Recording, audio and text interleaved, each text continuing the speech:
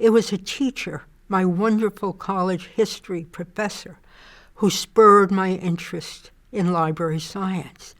We were studying social justice, and I got really interested in these questions around how people acquire knowledge and information to create action in the world. It was information as a tool for social change, information and knowledge as a tool for advocacy and self-empowerment. Then she said, "Brian, have you ever thought about going on to graduate school and doing work in library science?" I laughed at her. "Library science?"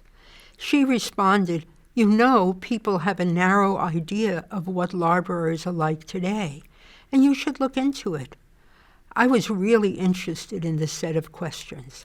From my own experience of feeling shut out for the world of knowledge and information because of the challenges I had reading, I started reading and learning more about what libraries are really there to do. It opened me up to an intellectual idea about information as power. Looking back to my own experience as a dyslexic person, if you can't acquire knowledge and information that is all around us, you're really at a huge disadvantage in life and in the world. So that's what got me interested intellectually in libraries. Brian took over the Chicago Public Library after gaining experience at a series of libraries with his thoughts about the role of libraries in modern society coalesced. He discussed these with then Chicago Mayor Rahm Emanuel, who had reached out to him about a potential leadership position in Chicago. The two shared a sharp focus on the library as the vehicle to support community-based learning and unlock the creativity of neighborhoods as part of a strategy to make Chicago competitive in the information economy. I was thrilled listening to this extraordinary individual fully engaging his creative thinking and his experiences as a dyslexic to help unlock the potential of all students, particularly those who are dyslexic. Brian argues that, yes, we must help support dyslexic students because our hearts tell us it is the right thing to do. At the same time, he emphasizes that it is also the smart thing to do. If you think about a city like Chicago, with 20% of Chicago kids are dyslexic, and we know that the brain has the potential of operating at a really high level, unlocking innovation, invention, it's those ideas and innovations that we're keeping our society from if we don't figure out how to make those connections.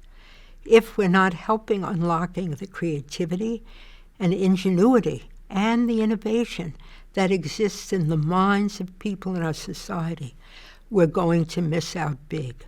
Brian Bannon represents an inspiring example of how often and unexpectedly dyslexic men and women think deeply and at a level above most of us. All around us, there are other Brian Bannons with great potential they are unaware of, people who wish to advance in their work and in their reading ability. I want to emphasize there is no deadline or age limit for when a person can learn to read or become a better reader. Research attests to the plasticity of the human brain and its ability to shape itself in mature adults as it does in children. There are many dyslexic adults who are out of school and working or in retirement who simply want to learn to read or have more focused goals related to their work or to pursue a high school equivalency diploma. Such adults face a serious challenge, but one that they can meet successfully. Lack of literacy is a major national concern. 30 million adults in this country score below basic reading level in prose literacy, skills needed to comprehend and use connected text, even though 45% graduated from high school. These adults are extremely inefficient readers, reading about 60 correct words per minute, a rate expected of first to second graders. Interestingly, surveys report that many limited readers perceive themselves as reading well. This may explain, in some part, why only a small percentage of adults, less than 10%, who have limited reading ability are enrolled in adult literacy programs. Any adult, no matter his age, who cannot read or who struggles to read should participate in a literacy program. It will turn his life around. Literacy skills are critical in providing options for training, jobs, and careers. In trade schools, for example, students are expected to read course manuals written at the 10th grade level or higher. In fact, in the coming years, the vast majority of new jobs will require a 12th grade reading level.